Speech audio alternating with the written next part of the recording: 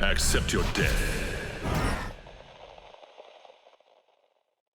So, switching your main controller, we've talked about controllers and kind of things a lot on this podcast and on this channel in general. And I thought I liked the default Xbox pad, but I'm having a lot of problems with my trigger sticking, my right trigger. And I don't know if this is just my particular controller or just the Xbox controller in general, but I was looking around at some options and I was looking at the Xbox Elite controller, and it actually has like a pretty cool thing where you can like adjust like the sensitivity of the trigger to almost make it like a button. I saw that. I was thinking about getting one of those for PC, and to use for playing fighting games on PC before, when I was back playing on pad. And lots of people like the Xbox pad. The layout. It's the cool. D-pad. Yeah, the D-pad. D-pad's not bad. I would like to go back to like the kind of segregated ones. I find like because it's kind of like, because it's got that full circle. yeah, it's like indented a little bit in the middle, which kind of makes it hard to do like my down back up inputs a little bit. I miss the up portion of that.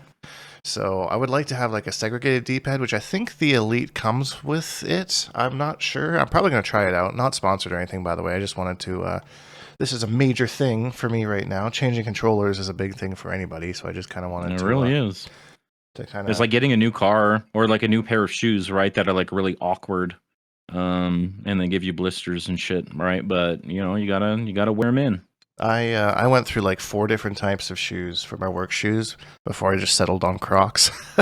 Like, oh my gosh! I bought them as a joke. Do you have little pins in your Crocs like I see all the kids do? No, mine are a little bit weird. Like mine I think would trigger somebody with like what's that like fear of holes phobia or whatever. Fear? Oh, I know what you're talking about. Yeah, like mine, instead of like the big Croc holes, it has like a bunch of like it looks like a wasp's nest or something. Yeah.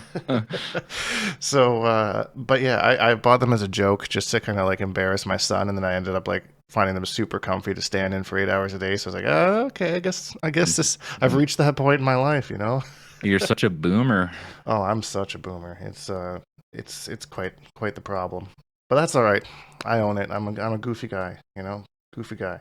But what isn't goofy is getting to our comments that you guys leave every week, because I want to make sure. Strong transition. Yeah, 3.5 out of 5. Not my best work, but we get there. So, starting with Dr. Morgenstein.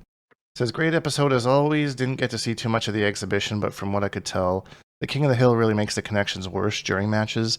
Still hoping for rooms with a watch mode in case that fixes it. That's definitely part of it. Just having to do it in the King of the Hill in general, because you're introducing so many connections, right? Like you have the 2 people playing and then the 2 people commentating. So there's always going to be a little bit of that rift there, I guess. But plus crossplay, add crossplay into that mix, and I think that it,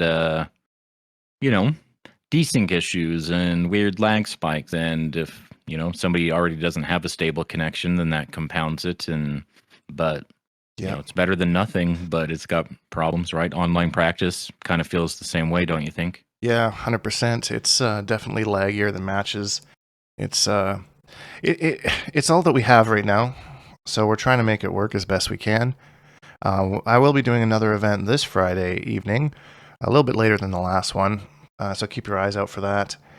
And I'm glad to be doing these events again and starting. We're still kind of in the pilot series, just making sure that we get all the kinks worked out and all that kind of stuff. But I'm glad to have a platform for y'all to show off your skills on. So appreciate you taking the time to check that out. KH says, I say stay with Tanya Hater. The buffs to her parry are amazing. Can now parry projectiles without spending bar. I use it so frequently, and also parrying gaps and strings to get free guidance charges is now even better since you can cash them out in different ways than teleport. The only other buff I'd ask for is to give her back teleport and air horizontal teleport. She had an MKX. Nerfing her kicks was totally fair. Her forward 2 is just a tad slower, and it's noticeable.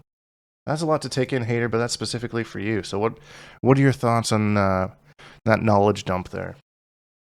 Well, we'll get into this a little bit later in the podcast, but she was part of like an arsenal of characters I was humoring. I was like digging into and trying to play games with and find a rhythm with, looking for that X factor, right? All other things being equal, it's a good character. I like the tools on paper and stuff, but you know, you have to get into matches and see if it's something that energizes you or if it's something that feels a little rough, you know? And for now, she's one of those characters for me. I'm going to try to keep her, like dabble with her here and there on the side, but I'm not like really feeling the F yeah factor with her quite yet. Kind of like how I was feeling about Ashra. Um, so, but all good points, and that's a big part of her appeal. I like the changes. Yeah, that's as soon as I saw like all the things she gets off her parries, I thought of you right away because you love your parries, and like I was thinking that on I top of the do. Sub-Zero cameo, like parries I on know. parries. Dude, Like, I was thinking about it, but here's the thing. I'm kind of settled on Natara. She's just too fun, and whether she's going to be like primary character or just keep her crispy as a secondary character, she's definitely a character that I plan on playing. And my brain only has the capacity for like 2.5 or 3 characters. I can't I can't learn another character that has a bad stand one and or down one. Natara reserves that slot, and anybody else has to. That was the first thing I noticed when I was messing around with her. Is like, oh, she's got one of those stand ones that fucking whiffs. Like in these very common situations, like after somebody else's stand one on block, you know, you go to take a turn back at whiffs, you get whiff punished because you're Geras or Tanya or Johnny or, you know, whomever else. yeah, cries and Quan Chi, but yeah, Quiet cries and Quan Chi. I get it. I Yeah, totally get my it. meterless launcher stand one. Okay. Okay. Sorry. All right, last comment here. Kmart Punk 95.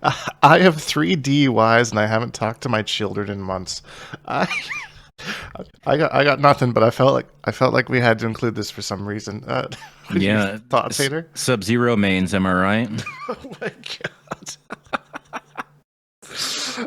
That's That's okay. You still have a home here.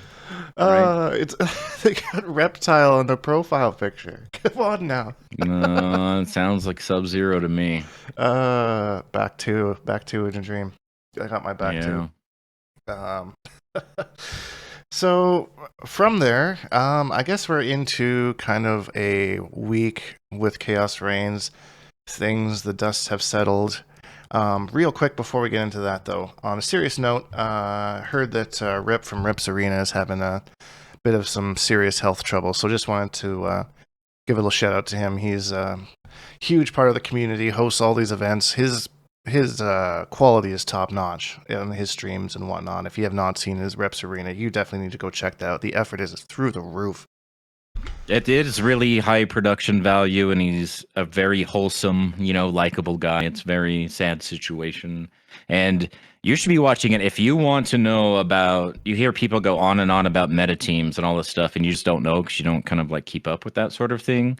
That would be a good starting point if you're ever interested, right? Like, why does everyone keep talking about Melina and Chameleon or whatever? I guarantee there's something going on over on his Twitch, and if not, there's a VOD on YouTube.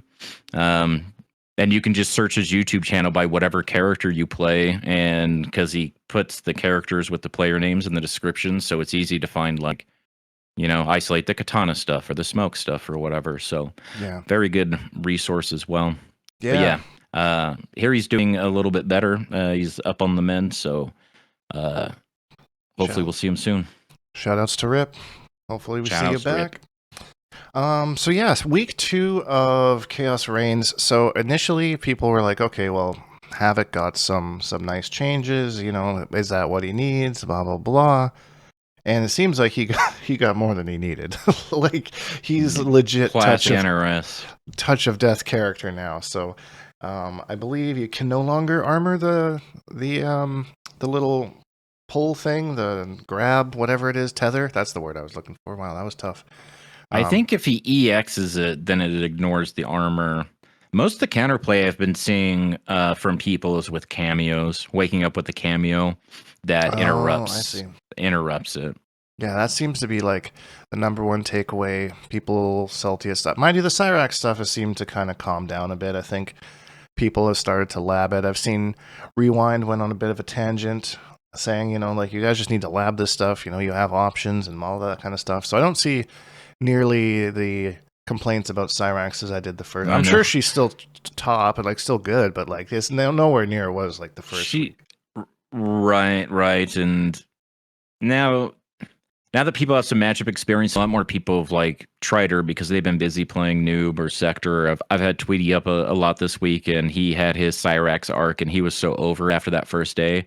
He's like, I've never had an experience like this as a streamer. Just like I can't do literally anything without people in the chat like, oh, they got to do something about this, right? When are they gonna like nerf this? He's like, I just did a 20% combo like from a throw, and you're just calling for nerfs before even like labbing what like the counterplay is, and things like that. It just seems like it's kind of a turnoff for me in the character. I don't want to play Cyrax the same way I didn't want to play Sindel in MK11 just because of the general sentiment about the character. I'm like, nope, I'm good. I've got other things I could be doing. Like, I don't want to. And I'm sorry to have contributed to it. And it is like, once you get some momentum, it is like frustrating. And I think you realize that between like delay wake up and jumping, and they can grab depending on their bomb setup and what options they're covering, they're kind of guessing as much as you are, right? This is definitely like a rock, paper, scissors, but it's not like she's got this airtight OS that's going to beat every single one of your options. That's how I felt the first time I was in that matchup. I was like, literally, what do I do? And you feel like a dumbass when the answer most of the time is delay wake up and to jump to avoid everything, right?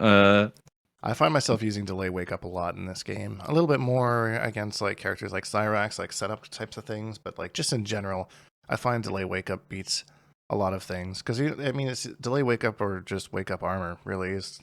They definitely got rid of a lot of the defensive options from MK11, which I welcome, but I do find delay wake up. There's still like no defense, but there's like no defense. We went to having like too much shit to like nothing besides. And that's like the same shift from like MKX to MK11 too. Is he went from having all these crazy mix-ups and combos to no mix-ups and combos, it's all poke throws. It's like how do they do this time and time again? It's good old NRS. But I feel like Noob and Sector specifically, seem to be a little bit more on the back burner now. Like I am seeing more Noob because he has some cool things. Still haven't seen much of the Death's Embrace move being used very much. But I don't know how good that is, or if people have even really messed around with it much yet. I just haven't. Well, you can get it guaranteed in some combos and things too. It's like a resource, and get a if they don't have breaker, a 300 damage. Well, can they even break? Can you break that combo? Is that one of the features? Is that it's unbreakable? Yeah, I think it's unbreakable.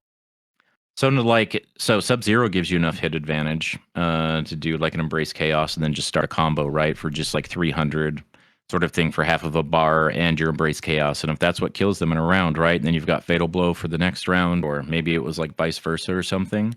Out of the three, I think that Noob is starting to edge out the other two as far as like in a vacuum character strength. The way we've seen his tools implemented and stuff. Sectors has really good tools, but is a little bit more finicky and stuff sometimes, and obviously has a really different game plan.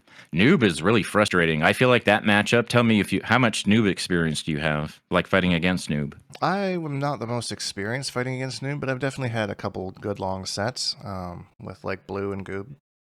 Okay, I think that Noob, tell me if you agree. I feel like he's the punish me if you can like matchup. It's like really frustrating for him to be like always, like it's definitely, as far as frames, it's my turn, or you're like negative double digits, but I can't do anything about it. I'm just out of range of whatever. Even my reversal won't quite reach in time, even though it's fast enough. It still has travel time. But you take those risks, and then he blocks, and then you're right back into like it makes it a risk to try to punish him sometimes. Like I feel like it's going to take a lot of matchup knowledge and just experience to really keep him in place. It's a really frustrating matchup for me. Yeah, I one of the few privileges that Quan has is that standing 4, right? So a lot of those situations I don't really find myself in. I don't get the best punishes, like his dive kick, for example. Like I got standing 4 in the air, and then, I mean, what am I supposed to do? in projectile, maybe. Maybe I can't really reach him with anything else at that point. So I feel it on that front. Yeah, could you just like knock him into like Bone Dome? Yeah. Is that fast enough for him to like wake up into it or fall down into it? Depends on how high up I hit it. I actually haven't true. labbed it to see if he's negative once he hits the ground, to be honest. So I don't know if I'm assuming that as soon as he gets to the ground, he's probably able to block again, and the punish is in the air. He's recovered, yeah. At least in my very kind of shallow testing. So there's just been so much to go through, right? Haven't gotten that deep yet. But like in matchups, I feel like if I like in actual matches, I feel like if I waited for him to hit the ground, he was already recovered. All of that negative frame is spent in the air. Yeah, I feel like Bone Dome isn't really that scary for Noob because he's just got so many ways to hit me outside of it with his portals and teleport. That's true too. Just like air dive. Unless you hit him for the stun, right? Then you can gel some stuff or do whatever. Yeah, exactly. But just doing it raw, I feel, is just not very scary to him. But I'm still getting used to his strings. Like I still get hit by that overhead string all the time, and that leads into decent damage. So I'm just like block it if you can, -28 or something. Instead, if it's normally -14. So if you have a good reversal, or if you just catch yourself blocking it, again, you're standing 4 or whatever. I don't have a great reversal, but standing 4 maybe. I didn't realize the up block on that. That's good to know. I'll definitely be labbing that when we get done here. Natara has a 13 frame reversal. Melina has a 12 frame reversal. There's lots of stuff out there, right? Even if you have to just get your punish with either a single special just to get something. Like we see Sub-Zero do a slide all the time, right? Shadow kick and things like that. Yeah, that's true. Shadow kick. Jeez. One of the better reversals in the game.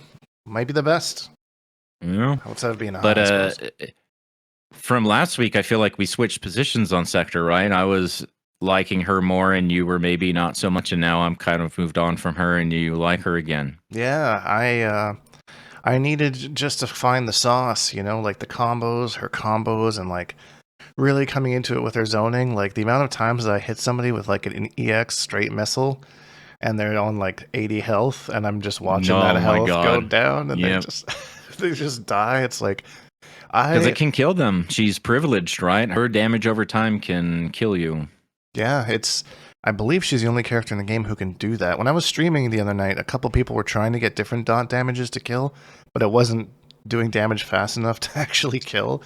So they were having problems doing it, but Natara's doesn't. The only other one I could think of is maybe Scorpion. I don't know if his will kill, like the damage over time. Baraka's projectile. That might just get you down to like 0.1 health or something, like Natara's EX Blood Sacrifice. Sector's actually killing you is unique. I like it. It doesn't really feel like a bug. Like it doesn't feel like they left that in there by mistake or anything. It feels intentional, especially with the amount of dot damage that it does. Yeah, and I've also come around on her teleport. Like last week, I was all salty and scrubby and stuff about it because it wasn't working the way that I thought that it should work, which is, that's how you know that you're in that zone, right? Like you're not talking clear. But I definitely accept it for what it is, and it seems actually way more straightforward than I thought. I think I was getting some consistency issues and I was really confused. It felt a lot more random. But after like going through it, it seems really like it just has to be a clean hit period to get like the good launch. Any sort of crouching, like if it hits them ducking, if it hits them leaning forward while they're doing a projectile or like anything else, you're gonna get that little flaccid that little bounce. You can get like a 4-2 or something, right? But you're not getting your jump in like special cancel. And you also, it's too slow. So you're full screen against Quan and you use your EX, is it down back 3 for the projectile absorb thing? If you do the EX, you can 2-in-1 cancel it. So even if you like spend the bar to absorb his projectile, you can't teleport there. They're usually recovered. Some fireballs you might be able to, but I didn't go through all of them. Quan, I don't think you can. It does make the reversal fireball a little faster than usual, which is nice. Yeah. And I think that's by design, right? This isn't meant... You can cancel it to teleport, but it's not meant for that. It's meant to get your own shit on the screen without having to wait for block recovery. Yeah, and I mean, when you think about it, giving a character with really strong zoning a teleport is kind of fucked up anyways, so like having it... That's a good way to put it. That is kind of fucked up. So that's the balance, right? Is you have to use it like in a consistent way. You have to make sure you're getting it off a punish or a read or whatever, right? So it's... And she has a cool kind of zoning, like all that... I feel like her main sort of like neutral game plan, like from mid to full screen, is air grenade, air grenade, air grenade, bait, react to what's happening, EX sidewinder to lock them down. Then you get this whole sequence of events with the straight projectile, whatever Kameo you're using. And man, if you get caught not blocking, that hit advantage, getting knocked down, just kind of another sidewinder or whatever it may be. Is that kind of how you've been playing her? And Yeah. from a zoning standpoint? Pretty much. Like, yeah, you use the enhanced sidewinder to lock them down. You use the air missiles as kind of like your main zoning tool. Try and hit them as close to the ground as you can. And then people will start to try and almost anti-air you with their projectiles, and that's when you can use her little boost to kind of switch out her jump arcs. I've recently been starting to use like the jump in, and just before they try to anti-air, you use a little boost, jump over them, start a combo on the other side, kind of with the so she's very, very good, and people are probably just like super sick of hearing me say this, but let me know or not. But she works really well with Shujinko. Like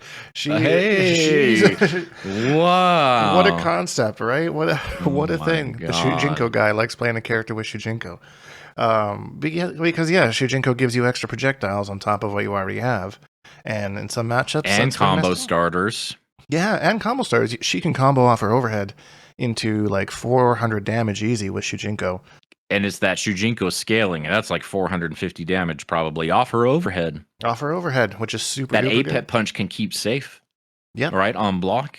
Yep, easily. So she has safe on block overhead. Or you could go overhead to overhead with like back two into the waterfall dance, I think it's called, where he does like his overhead, which is safe at -7. So I mean, well, her overhead is safe, but if you want to, if you don't have a Kameo to help you out, right? The only way she's normally going to like get a launch up for a combo is to EX her down back 2, which is -15 on block. So right, that's good that you have something that can be hit confirmed, and it's still even like safe on block. I think that's a sign of good Kameo synergy for Sector. Yep, 100%. So it's he gives some utility to her back 3 as well, but I think back 3/4 is fine just as it is. You kind of just throw it out as an annoying little tool, a little low to mix in with your overhead. Dude, it's so fast. That second low was so fast. That makes it such a good stagger, even though the frame data isn't like great on it. The threat of that second low coming out is, boy howdy, like because it comes out fast. It's like 6 frames or something. Yeah, it's super fast, and it like armor breaks and all that kind of stuff. So, kind of sucks. Do you have to commit to the back 3/4? Because I know the second hit doesn't come out unless you enter the 4. You can special cancel it. The second hit doesn't come out of forward 4 like on block, and you can't cancel it on block, I don't think. But back 3/4, the last 2 hits are part of that 4, but you can special cancel before the last hit. So like what? When I was messing around with like her and Sonya, like you back 3/4 into square wave, but I special canceled the 4 into a teleport, and it turns into like a little mini. Then you just do like standing 3 or forward 2 into down back 2 or something, little mini combo off of it, because it does still launch, right? That second low knocks them off their feet. Right. I haven't messed around with that too much. There's still so much of that character I have to flesh out. I'm really enjoying her though, as someone who enjoys zoning. I think that she's certainly not a the zoning that they've put in this game, like between her and Quan, like it's not like brain dead zoning. Like it's not just like Reiko projectile over and over again. I'm not saying that Reiko is brain dead or anything. I'm just saying like that's not. They really put a lot of thought into how they want you to zone, like the setups. You get this on the screen so that you can get this on the screen, so you get this on the screen, that kind of a thing. It's not like a just one projectile over and over again kind of thing, which I kind of like, which they tend to have done in previous games. Right, and you can see, so if you're in, say, like round start distance, maybe a little bit closer, right? Instant air close grenade will hit them and not go over their head, but they're knocked down and back with enough advantage for you to do the regular one, not the close one, and that will meaty them, so they can't like jump out or anything. They're forced to block it, plus on block. If that hits them, they get knocked down and knocked back at such a range, so you're still standing in the same place. of the far grenade, which does the same thing. It meaties them. Plus on block, it hits them again into another, like your full screen at that point, right? It's a very deliberate pattern, right? And you confirm what's going on. Okay, I hit them with this one, so now they're in perfect range to be meated with this one. As long as you haven't already, it's very easy to kind of mentally overcommit about what you're going to do next and like miss those opportunities, you know? Because you've already started doing the next thing before like the grenade even gets there, right? You've already kind of like Yep. moved on. But her neutral is a little bit too active for me, right? Trying to keep things under control. Those air grenades, that's not how. I don't feel like I'm the greatest at that sort of stuff. So that's kind of why I doesn't really suit me personally. But I really like her. She's really fun to kind of play around with. Yeah, her forward too. Like, man, she's just a complete character. Like, she does everything well with an emphasis on zoning. Like, that's kind of how I've found her. So like, you could probably play her in a multitude of ways. This is, completely opposite to, how I made my Quan Chi guy, and I was like, hey, if you want to play him as a rushdown character, go ahead, but you're not going to have very much fun. She is Right. the opposite of that. You can play her in a multitude of ways and have fun. Yep. Great design. So there's cameo synergy out there, right? So we talked about Shujinko, Sonya, I feel like is a really, really good team because we can use this to kind of start talking about some of the new cameo moves. But Sector's forward 3. It's already so you can hold it and start hovering. You're officially airborne. The second that you let go of it, it turns into the low. You do the 3 follow-up. Your +2 on block is a double high. But if they're blocking, right, because they're probably worried about all the other shit that you can do. Yep. You can spend the bar to air thrust out of it, and then you could land a jump in. Or you could use Sonya's new dive kick, which is a safe on block overhead. It does 10 damage to you, but will be safe on block, and it launches on hit. And if you hold it, she gets the bicycle kick follow-up. And if it's off something like forward 3 like that, you do the full bicycle, you've recovered in time to get a sidewinder, a close sidewinder, which hits them on the way down from the bicycle kick into like your jump 2-1-2 down back 2 combo. So it has like a lot of reward. And you can just air thruster into a jump in, special cancel into the overhead for double overhead, right? Or air thrust into the jump in into a jailed back 3 for the low. I think it's crazy, not to mention leg grab stuff and, all of that sort of shit. Oh, and then the which mid-projectile resets neutral to the spacing that kind of Sector wants, right? Like that forward 2 range. It's only +1, but it gives her like that breathing room. I think her stand 1-1 is also really good. It's like -1, but I was complaining about standing 1s earlier, right? I think the range on her standing 1 is really good. Yeah. And it's good anti-air too. It's got a really good vertical hitbox too. So that's always a bonus for me. I didn't realize that Sonya's dive kick does damage to you. That's funny. I mean, of course it does, but like 10 damage, and you can kill yourself. Carl did it to himself twice this morning when we were playing. No, I've killed myself with Movado. You just got to think about it like Movado. But I mean, I don't even necessarily mind that stuff. It's annoying when when you're so close to dying that it kind of removes it from your toolkit. But it's also a way to like kind of sneakily get yourself into fatal blow range when you need it. Oh, I didn't think about that. Yeah, that's just do that on a block string, and like now all of a sudden, you're at 310 health or 305 health, and now all of a sudden you have fatal blow, and it's not your turn with that on block, but you're at least safe. Yeah, that's I didn't even think of that. Speaking of fatal blow, Sector got a new fatal blow. Yeah, he did.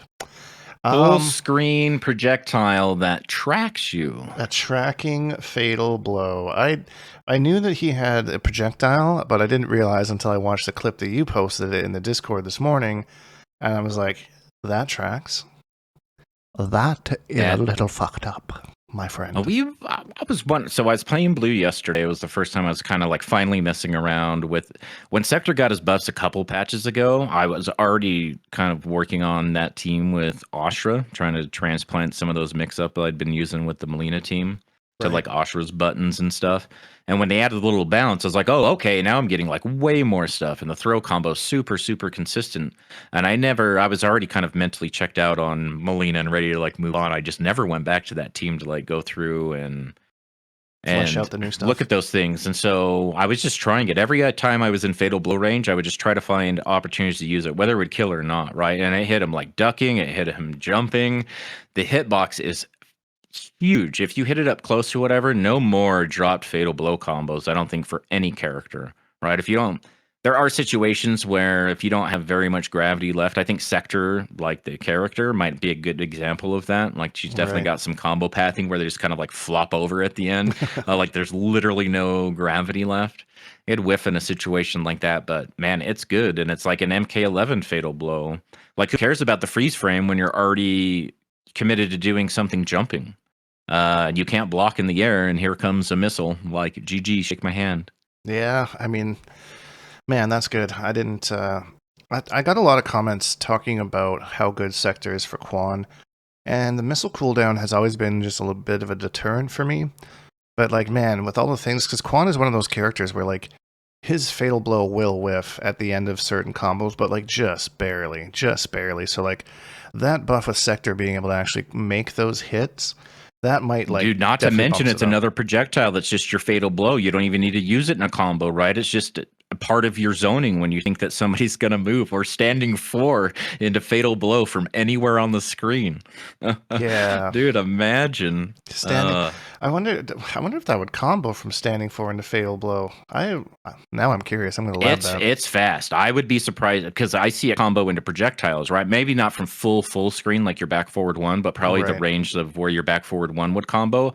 I would expect it to. I haven't like really looked at it, and I think I don't really like, you know, you hear me giving some Quan players a hard time for doing that. Like they spend the full bar for the homing missiles combo off of Sky Drop or whatever, and it's 2 bars off the tongue, the low special, combined with that, and all of it together is like 380 damage. I was like, that is like so many resources for it. But think about how much different your armor pressure would be in the corner, how kind of locked down it already is. But you do have those moments to where it's like, okay, I'm at the end of a string that is negative on block and it can't be special canceled. So if they know the matchup, maybe I could try to armor through it, right? But that might be an opportunity for them to try to escape the setup or something, right? But if you have a Sector missile on deck to time and close in on those gaps, so you're recovered, by the time you have to stop what you're doing and you can start again, there's a missile in between to keep that all covered, right? Just to lock them down even more. I think that would be really, really strong.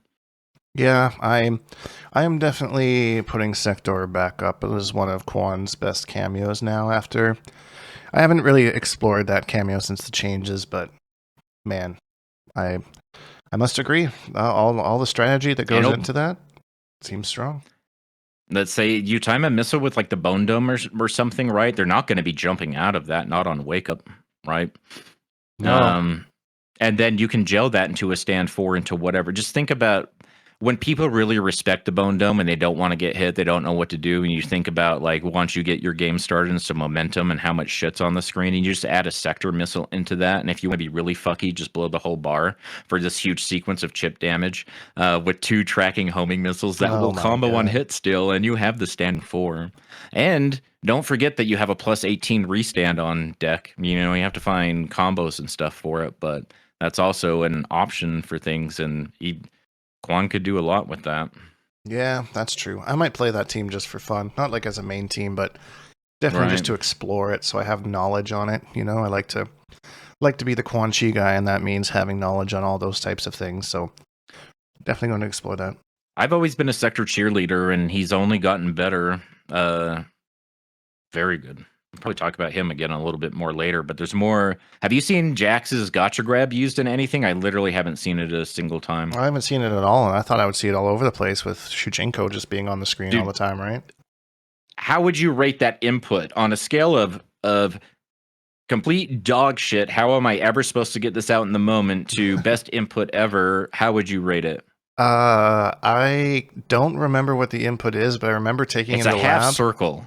Half circle cameo, forward or backwards.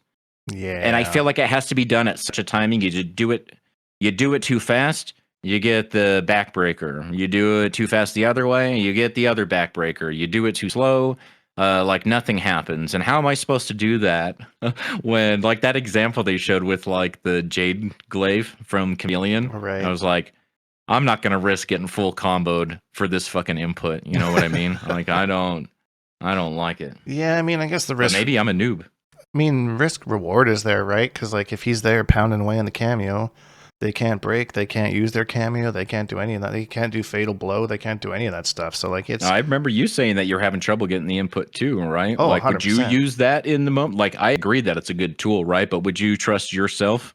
God no, I to can do hardly that in the moment. I can hardly do Shujinko steals, let alone a freaking half circle forward freaking Jax It's just thing. weird timing. I don't know what it wants from me, but I feel like there's a sweet spot in there. I've gotten it to come out, but it's hard for me to. I haven't quite, honed in on it. I'll have to see if Retro's found anything with that yet, because if anyone can make it work, Retro could. I know being a Jax main that's what he would do, so I'll have to pick his brain on that. Have you seen the new Pharah Brutality yet? The painting game? I think we were talking about it last week. Oh, wait. I did see it. I went through a bunch that I hadn't seen. I don't remember what it was, but I do remember going and doing it to myself. I haven't like seen in an it invasion yet. match or something. Okay. I haven't seen it yet, so I was just curious if you'd seen it. I'm sure it's pretty standard. Cuts you in half or something like that, I guess. Most of the new brutals are for the characters and the cameos, in my opinion. Very straightforward, nothing too crazy. A couple of them are, cool, but most pretty standard, like pop your head off, cut you in half, like, sort of stuff. I'm loving Shujinko's new brutalities. Super happy that they gave every cameo a brutality. Every single one. All of them. Like they said in the combat cast they were going to. They said in the combat cast they were going to. My new indicator for cameos is constantly on because it won't let me deselect or go view I can go view the new brutalities, but it doesn't register that it is. So it's like one of those things that drives me crazy where I see one of those new dots, the little glowy thing, like something's waiting for me and there's nothing I can do about it. But as I was going through there, I noticed that Shujinko didn't have a dot. He's the only one in there with no dot. Feels bad, man. How disappointed I was when they're like, oh yeah, there's new brutalities for all the cameos in the shrine. And that's like, boot up the game. First thing I do, go to the shrine, dump all my coins. Thanks, check back next season. Oh. He doesn't have a throw brutal either, right? No, he has no brutalities. Because his throw is dependent on. Here's what I would do. Here's the idea I'd be pitching, and then tell me if you agree. Right? Let's give him a throw combo off his forward throw. But since we've got a problem because his forward throw kind of mimics whatever the opponent is, how do you make that consistent? If you use it as a brutality, it automatically does one follow up that'll transition him to, and then it's like random stuff. He'll do let's say there's a pool of 50 things and he does 3 random ones, right? He'll take out Johnny Cage's shades and he's wearing Lee May's bandana and he's does Ermax lift or whatever, right? And that's how he kills you or whatever. Just like That'd switches still be too much. Switches into like a random character and just does like a random character's brutality. Bro, that would be so cool. He pulls out like a Jack cigar and then just pounds you into the ground, turning your head sticking out, like that old Jack's fatality. That would be cool. If that would be a good way for them to like repurpose like maybe old simple fatalities from like previous games or something. Like maybe he comes out as like brutalities, like he comes out as like heavy weapons Jax with a big ass like rocket launcher, just blows you with smithereens or something. So like all these throwbacks, right? Yeah, totally. Like comes out with like Spawn's chain and cape and like just freaking rips your head off or something. Like that would be super cool. You should pull out a Quan Chi portal and it should be like the Takeda's Animality where it takes you like somewhere else, but it's really just throwing you to like one of the traps from Deception or something. That would be super cool. Yeah, he like throws. You remember that? This is like maybe jogging your memory, but you remember that stage where it's just the falling cliffs, where it's just like this one little, like that's like he kicks you into a portal, and then you're all of a sudden in the falling cliffs, and he just kicks you off the cliff or something. That would be such a cool little throwback. Oh, I would love that. And then puts on Johnny Cage's sunglasses and starts meditating. I don't know why I'm hung up on the sunglasses. I think it's so funny when he does it. And the Peacemaker helmet gets me every time. That's the one that gets me literally every time is the Peacemaker helmet. Just comes out with the helmet on. It's oh my god. Oh man, this would piss off a lot of people, but it would be kind of cool if like they did like a little guest character cameo thing with him, where like he turns into the guest characters that they've had over the years and does like a brutality or fatality that they did. Like he just comes he turns into Jason Voorhees and just like machetes you down, or even better, right to left. He comes out with just the mask on, like it's Shujinko, but it's Jason Voorhees' mask he's wearing, and just like machetes you down the middle. He's wearing the pretty lady apron and mask, or whatever. Comes out with a chainsaw, just making pretty lady sounds. Oh, I'm dead. NRS, please listen. Just wailing around, like the cancels and stuff. Comes out with Freddy Krueger's sweater on, his hat, his little claws. Like That would actually look sick. You drag him across the ground for the low projectile or whatever. that would Be cool. I They don't should know. put that in. There'd be sick. There'd be so many people complaining, like, why do we not actually get our guest characters, but Shujinko just turns into him? That's so dumb. Blah blah blah. But I think it'd be hilarious. What other Kameo got a new move? Sub-Zero did, right? He got the parry and the ice clone. I feel like those are working. There's not really much to go over there. It's a parry. It's working Pretty straightforward. 8-frame parry. Low hit advantage, you'll get a combo, right? But it gets beaten by lows. So if your character has a low combo starter, then you're privileged. If not, enjoy your down 4 or whatever and take your turn. Yep, exactly. I feel like just due to a whole bunch of changes, Movado stocks are up a lot. I'm seeing a lot more Movado than I was before. He has so much synergy with all 3 of the DLC characters. They all get so much bullshit off him. Oh my god, Noob Movado is something else. That's like one of the meta teams. Like I've seen Noob Movado and I think Noob Janet are the 2 that I've seen probably the most. Janet's boring though because it's always the same, like 3 hits gets a throw combo or whatever kind of a thing. But Movado is super crazy. The converts that you get from there and like turns his slide into a launcher. Yeah, oh my god. It's because obviously just like the forward 3 low launcher, the back 3 4-string. Think of all of those hits forward, 2-1-2. He's like one of those characters that's not. Oh, he can give it to you off your armor because it knocks them off their feet, right? So he can use his up cameo, which means that you can also use it with. It wouldn't be safe on block, so he's not covering any of your safety, right? But increasing your reward. So back into the unguided missile, right? That kind of pops up, so you can go into a Movado cameo and get a little combo meterless from your overhead. I don't know that cameo. I mean, he's always been good. He's just you see him more now because new characters. He is like if you want your character to be, if you want to play like a rushdown style, you feel like that's missing from your character, or you already play a rushdown character and you just want to double down on it. He's definitely like your first stop. It's a meme in our Discord, right? If nobody else got me, Movado got me. Movado got me. Yeah. I love that. He just, yep. Another one we were talking about was Serena, and I, in my opinion, Serena is probably the one cameo that could just go never unchanged and would be perfectly fine. She's got everything she needs. She's got an annoying little pea shooter. She's got combo extensions. She steals your meter. She's got a good reversal. Like Draz was saying that it would be nice to give her something just to like freshen her up a bit, I guess, because she has literally been, I'm pretty maybe outside of very small changes, like the same since day one.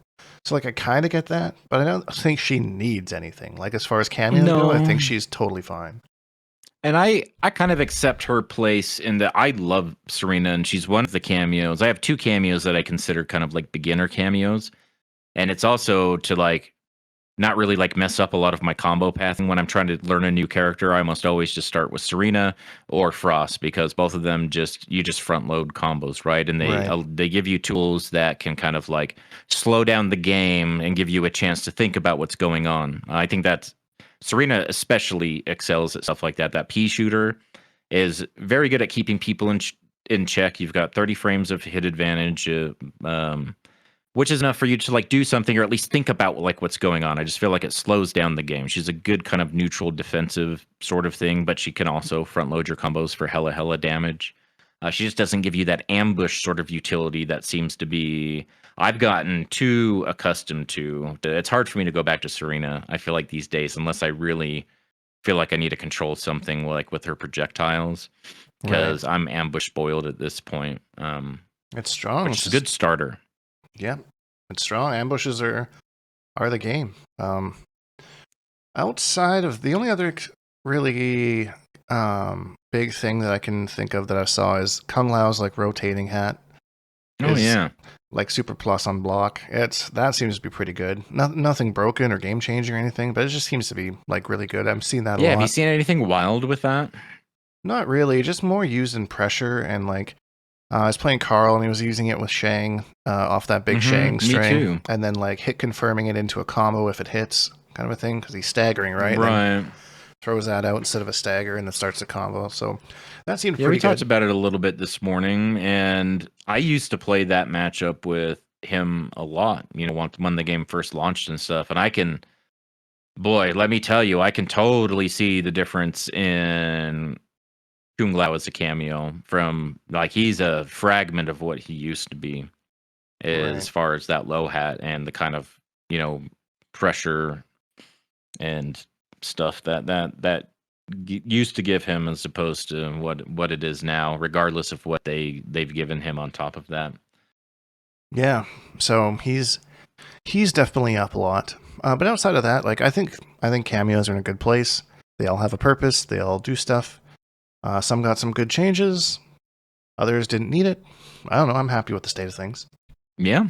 Well, besides some wild fucking havoc stuff that can two-touch you and, like whatever, it's pretty good. There's always got to be that one or two things, right? Every single patch that's just kind of like, man, is this really the game? Whether it's Homelander all bugged or desyncs or what Peacemaker was before, whatever, and now it's kind of like havoc reigning. Yeah, and then watch them just everyone. gut them back to low tier again, trying to I correct hope things. not.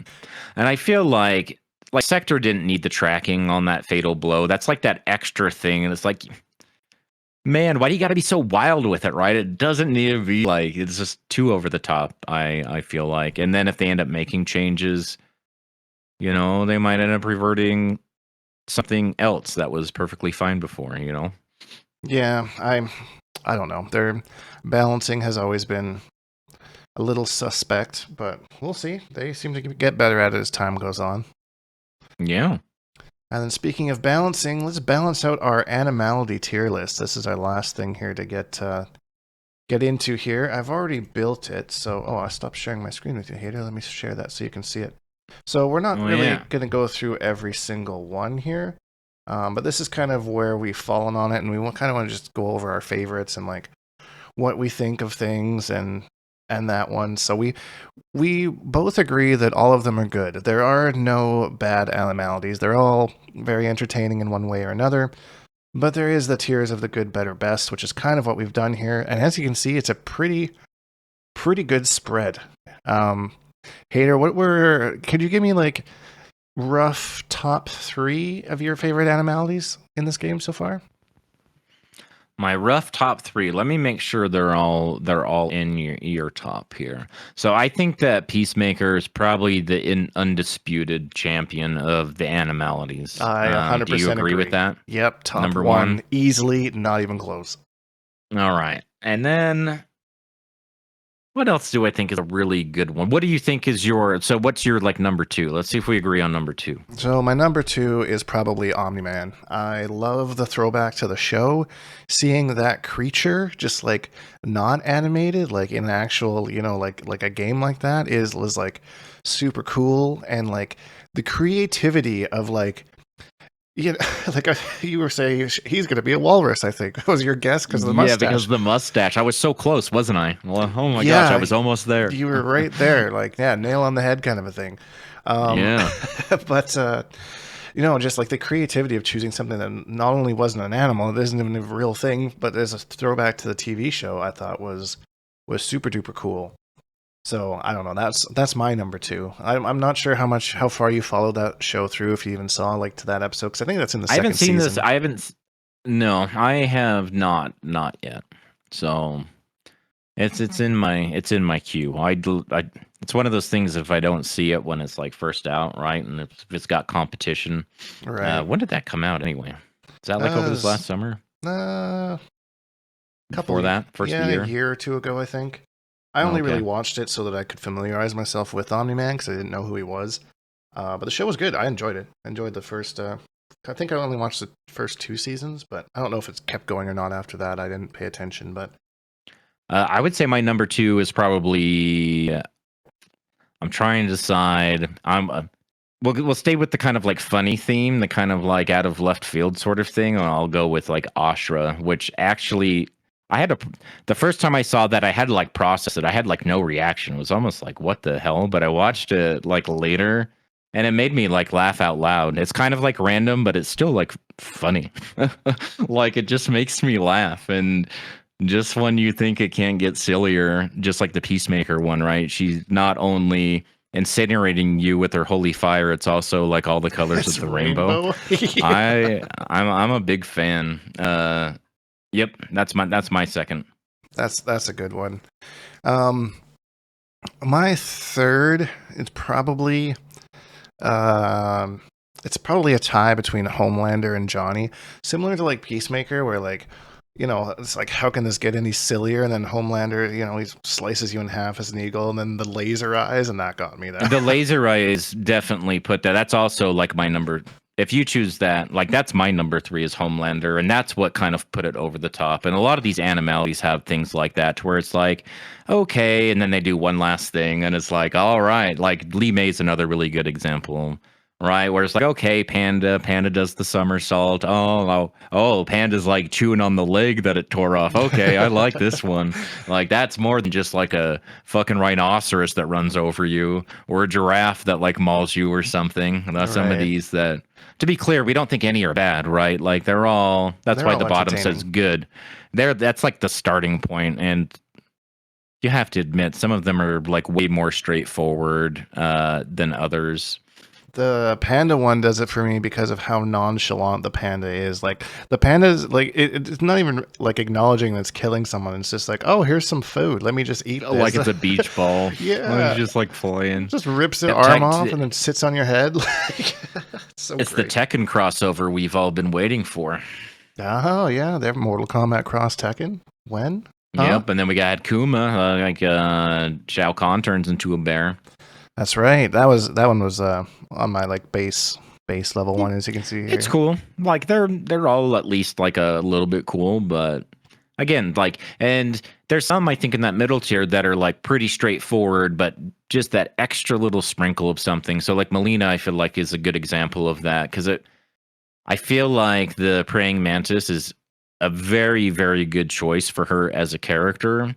And it's kind of a throwback to her kind of like head eating, brain eating sort of thing. But, these praying mantises, who after they mate, the female eats the male's head, whether it's nutrition or like whatever. So it's like, but the way it jitters and the way it moves like an insect while she's doing it is like, oh, it gives me the heebie-jeebies.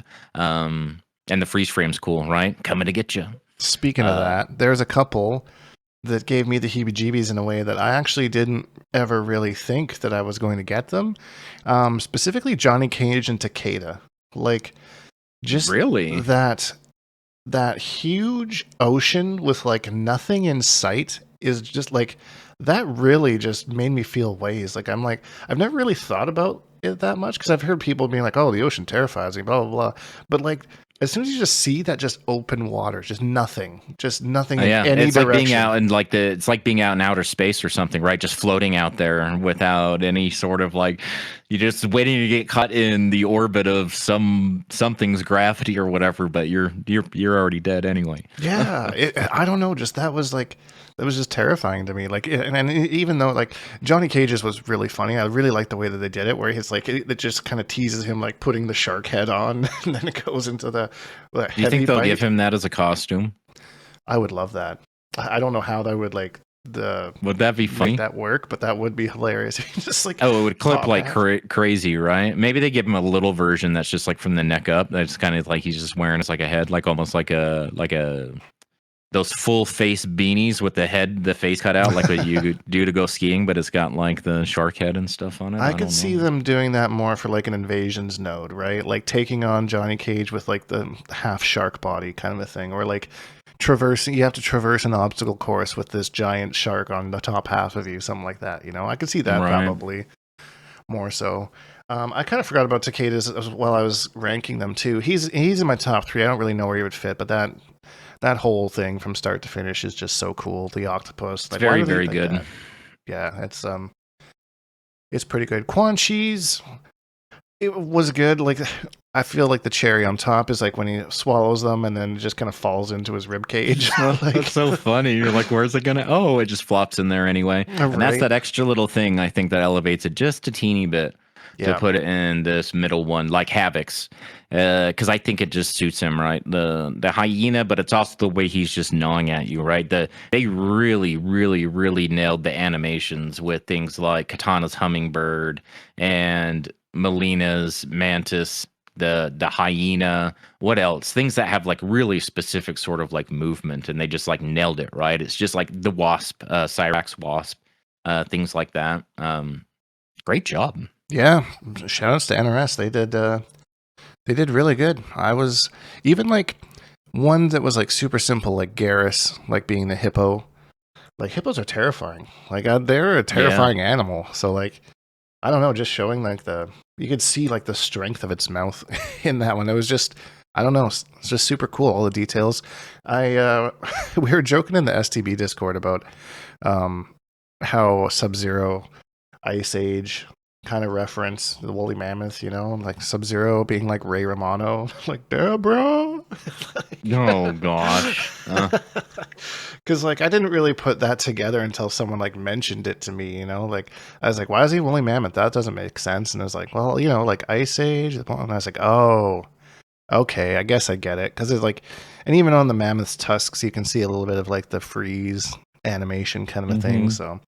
But I didn't understand that at first. I felt for the most part they made sense. Some of them I was kind of hoping would be like super duper funny, like Scorpion being a scorpion. Like, okay, I get that. I get it. That's I would even put Sub-Zero's woolly mammoth down there with the rest of them, like the Scorpions and Sectors and Reikos. Natara's kind of on the edge, but probably belongs down there. Kenji kind of on the edge because the wolves are cool, right? They're really menacing, but it's Noobs is cooler, and they're kind of doing the same thing for the most part. And Noobs has that MK9 throwback, so he wins that debate. Yeah, there's between him, Noob, and Peacemaker. You know, there's a bunch of them where there's just multiple things, and it's like, okay, I get it. It's cool. And yeah, Kenji's is cool. I like how like the one is kind of like I don't know, hunting you, and the other side like kind of stalking you, and then they both pounce. It's cool, but. Like you said, Noob having the throwback kind of makes him win, in my opinion. And if they would have gone with, say, like a dragon for Liu Kang, I could see the Phoenix fitting Ashra. When we saw it in the trailer, I actually just assumed it was her until I went back and saw that it had both like orange and blue fire. So obviously Liu Kang. But I thought that would be a fitting one for her.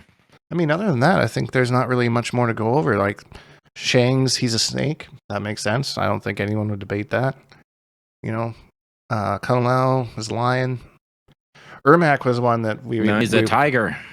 Tiger, right. Sorry. Kung Lao's a tiger. I bet Conan's going to be a lion. I was going to say, no one's a lion yet, so that one's open for someone. So we'll see. I think Conan's going to turn into a lion with big, luscious hair for his mane. Like Fabio? And do something, you know, Roman Colosseum era aesthetically-esque thing, you know, something gladiator type thing. I think he's going to turn into a centaur. That's my guess. Oh, that would be cool. That would be cool. I have no idea what Ghostface would turn into. It would be hilarious if he's just like a ghost sheet with like two little holes cut in the eyes and just just like a little version of himself, right. Like a Funko Pop version of him that goes over and just kills you anyway. That would be cool. That's creative. That's not an animality. What could he be? Let's think about this for just a minute. What would actually... So what do we know about him, right? Like, it's kind of like from a franchise full of, like, whodunits. So we don't know who the person is underneath the costume. Right. They wear the ghost face mask and always kind of in that black robe and, you know, preference for knife stabby, up close and personal, stealth, sneaking in, stalking, you know, things like that. What do we think that Ghostface could... turn into? All right, I got a pitch. Okay. So he's a hermit crab, right? So he transforms into this hermit crab and he's got his shell on or whatever. Goes on, mauls you, comes out of his shell and like buries himself in your body and then just starts to walk away as like you're his new shell. Huh? You know? Like your skull or something. Yeah, exactly. And the crab is like your head and is like wrapping the rest of his body around you, like, and then you know he just scuttles. It's like it's like an Elden Ring creature, right? Like a snail walking around that's got a skull for a shell.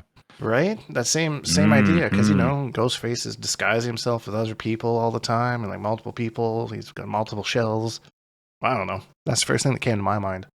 They're going to do something like they did with Sector, and they're like, I don't know. Let's just turn him into a zebra. It's black and white, right? On the zebra, and we'll just trample him. Yeah. Maybe it'll be something like that. That'd be disappointing. Or a skunk. Or a skunk would make sense. He could turn into, because he's a stalker, right? He could actually like turn into like a panther or something like that. And he's got knives for fangs, maybe. His knives are his fangs or his claws. You know? You're much more creative than I am. You'd I wouldn't go that far. You're 1 for 1 with your Omni-Man guess, though, so. That's true. I was like dead on. But stop coming a mile away. So obvious. Yeah. Sure, you gotta be sneakier, NRS. You gotta be sneakier. But I think that's it for this week. Went over all the updates. Went through our Animality tier list. Let me know what your tier list looks like for Animalities. What's your favorite? If it's not Peacemaker, then I don't know what you're doing. Get a sense of humor out there. No, I'm kidding. There's too many cool ones to pick, so I don't blame you. And always, if you enjoyed this video, please leave a like, because it really helps me out, and subscribe if you haven't, because I make new videos almost every single day. Hashtag Bonehawks, all that stuff, and we'll see all you Bonehawks in the next video.